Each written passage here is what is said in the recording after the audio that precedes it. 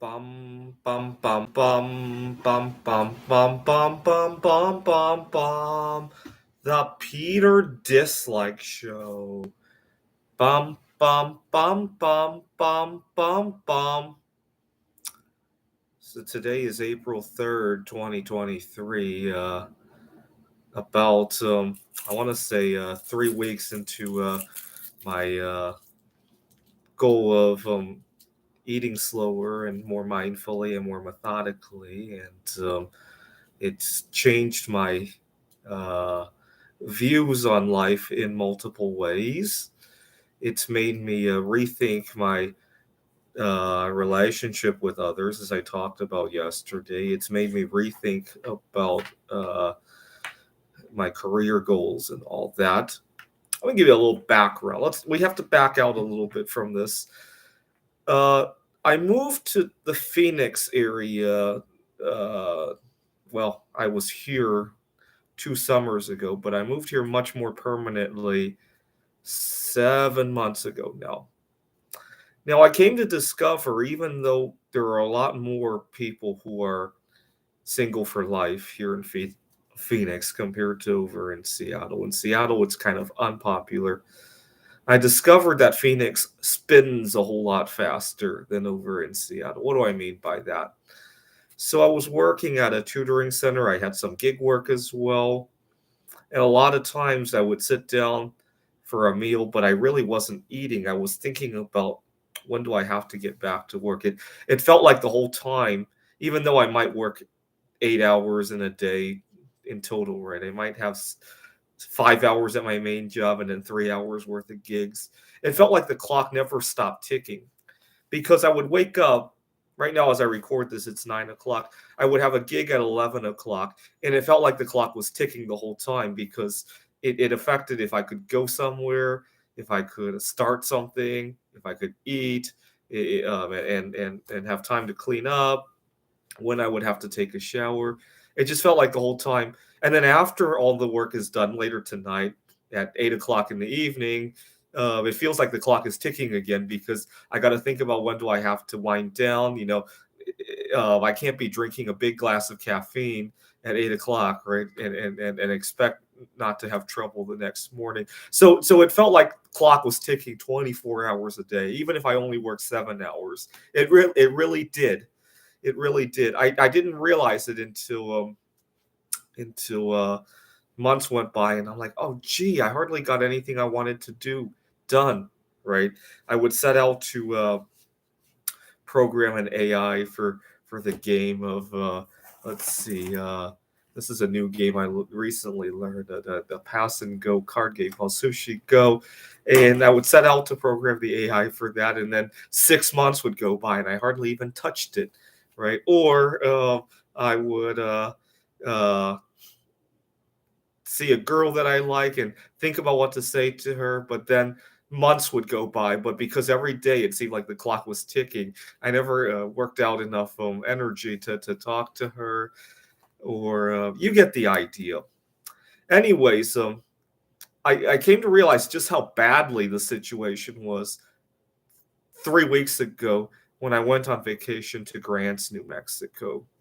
When I got to Grants, New Mexico, it's about a 6 hour drive away. I checked into my hotel, I went to sleep. And what really, really hit me wasn't the sights or the anything in New Mexico. It wasn't the food there. It wasn't, in fact, the food there wasn't all that much different than Phoenix. Let's put it that way. It wasn't the locals there. It wasn't the girls over there. It wasn't the scenery. It wasn't anything else like that. It was, when I woke up, there was no clock ticking in the background. I didn't have to think about, oh my God, in 3 hours, what has to happen? Do I have 15 minutes to eat? What time should I go to bed tonight? In fact, I didn't even think about what time it was. I didn't even have a concept of time. The whole New Mexico might as well have been in a different planet, where the days had different lengths. I wouldn't even have noticed if that were the case, right? And for the first time in a very long time, I had no concept of time. In fact, after that weekend, I was looking up a restaurant that I wanted to go to, and I don't think I need to tell you guys that a lot of places, restaurants have really shrunk their hours because of labor constraints. And I looked and it said it closes at 9 p.m. And I'm like, gee, how come it says it's only half an hour away? It's only what, 7:30? And then I forgot New Mexico has daylight savings time. Arizona does not, and I forgot to adjust my clock, and I didn't even notice that. Can you believe that? Like, how long can you get away with not realizing? It seems like when you're working, not only do you have to remember daylight savings time, you have to remember exactly when it officially ticks over, right? I think it's like 2 a.m. or something. Sometimes you literally get work that's only a few hours away from that tick over, right? So, and in New Mexico, you could go a whole week without noticing it, right? When I was on vacation, right? Anyway, so I sit down to a meal the following day, and it dawns on me for the first time in a long time, I could eat without having to think about when do I have to finish my meal. And I had a really good meal. I had a really good sleep when I was in New Mexico. And so after I came home from New Mexico, I told myself, you know, uh, I asked myself if I should be sleeping well in Phoenix and sacrifice my job, and maybe it might affect my performance, might affect feedback from the students. But then I remembered, what's the alternative? That I work the rest of my life on such a strict schedule? And I made it a rule now. um, I'm going to eat when I want to eat and sleep when I want to sleep, and after my eating and sleeping, only after that do I look at the time. And if it's too late to get to the client, then apologize. Oh my god, I slept in. Oh my god, I lost track of the time when I was eating. And so I made it a rule to eat and sleep first, and then worry about the time, and then apologize if necessary. The funny thing is, I made that a rule, and guess what? I've never had to apologize to any of my students. I was only nervous about eating and sleeping. I've never slept in or become late because of a long lunch. Never in 3 weeks. And and then it really hit me like a ton of bricks that I'm showing all this loyalty to all my students and my boss at the tutoring center, and in return, I get spit on by them. It really hurt when I thought about it, and realized that was the case. Now, ever since I started to slow down my meals, I've been paying attention to how other people have been eating. Just out of curiosity. At first, I wanted to see if um, if I was crazy for slowing down my meals. Maybe other people were already noticing it, and I'm slow to the game. But then I realized other people are having it worse than I am. I go to a board game meetup where I play games just like this, or another one of my favorites is Ticket to Ride. Uh, and I We meet up at a IHOP from time to time. Sometimes at there's an Irish bar in downtown Phoenix, and then people go. They can't wait to get back to their game, or whatever, and or just out of habit, right? Sometimes I'll go to where else have I been to lately? Five Guys is another one of my favorite restaurants because they make their fries out of peanut oil, and I have allergies to the other additives. And I'll get a small order of Five Guys, and it will last me like 30 minutes. In the past, I used to have to stuff it in my face, obviously, but I'll go there and I'll see people stuff it in their face even faster than I use. I can't watch people eat anymore. Well, I don't want to watch people eat because I want to develop good habits. When I see that, it kind of normalizes it, and I don't want that to be a normal activity. That's gross. It really is. And now I'm really upset. I'm so glad I quit my job because 4 months ago, 3 or 4 months ago, I was talking to my boss about how there's like no time to eat, and he says, "Well, this one student, she actually routinely leaves 10 minutes early. You got like 10 minutes in between those two students." At the time, I kind of accepted it. Now, seriously, I'm so glad I didn't have this experience before he said that. I probably would have punched him in the face had I had this experience before he said that. Right? Thank God this was after. But now it grosses me out. It grosses me out. And then I go to Mexico, and I don't know if this is a sign of the tourists in Mexico or if this is the locals there, but I was in Nogales in Mexico. This was around Christmas time. They have a lot of food vendors, and then people get their food. It's all finger foods, and then they stuff it into their face. I'm not sure if those are tourists or locals, so I'm not sure. They might be American tourists. Um, but I don't remember seeing that in. I've traveled in Taiwan, obviously, China. Uh, I've been to Japan. People in Japan eat a lot more elegantly. Food is almost a form of art over there. I don't think I need to explain that. I was in a wet market in China. Uh, this would have been 5 years ago now, long before wet markets made people sick. And I don't remember seeing any bat soup though, but there were all sorts of interesting animals: dog meat, dog liver, and people ate very elegantly over there. Even though the stuff that they were eating might gross the average American out, right? Um, I was in Poland, and now that I think back at it, I'm embarrassed about how I ate when I was in Poland. I was probably chowing down really fast, and not because I was in a big hurry over there, but just out of habit because I'm always in a big hurry here in the United States.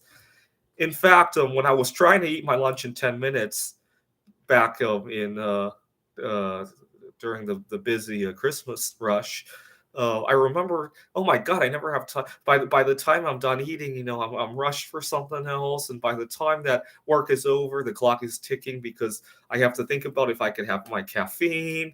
If I Sometimes I like to do detoxification. I like to take mega doses of vitamin C, but I have to worry if I'll finish flushing.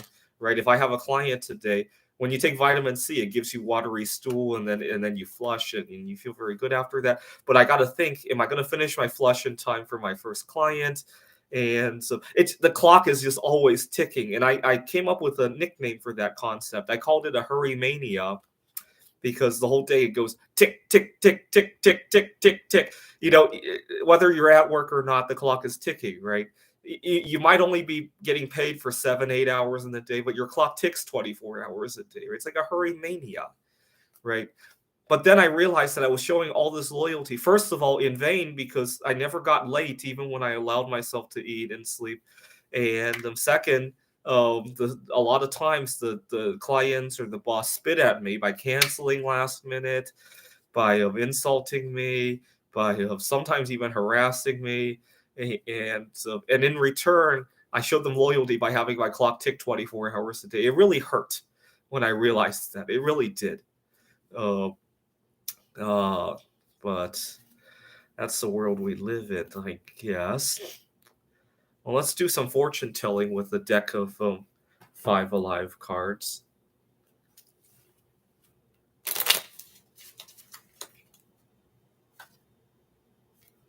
5.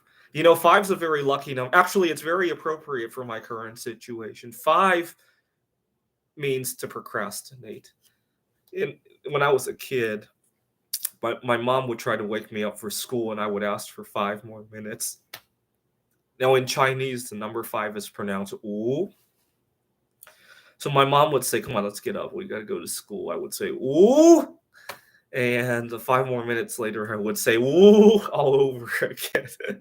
And my brother was 2 years old, and "wu" was one of the first words that he learned, but he thought it meant to procrastinate. Eventually, when anybody would go to wake him up, he would also say "ooh," but he would have no idea what it meant. We tell him to do other things, and he would also say "ooh," and he had no idea what it meant. He just knew that it buys him time, and so he thought it meant to procrastinate. Now, one day, we were playing a video game, and I think it was a space shooting game called Truxton on the Sega Genesis. And when the game would be over on the screen, it would say "game over" and ask you if you wanted to continue, and then it would count down from 10.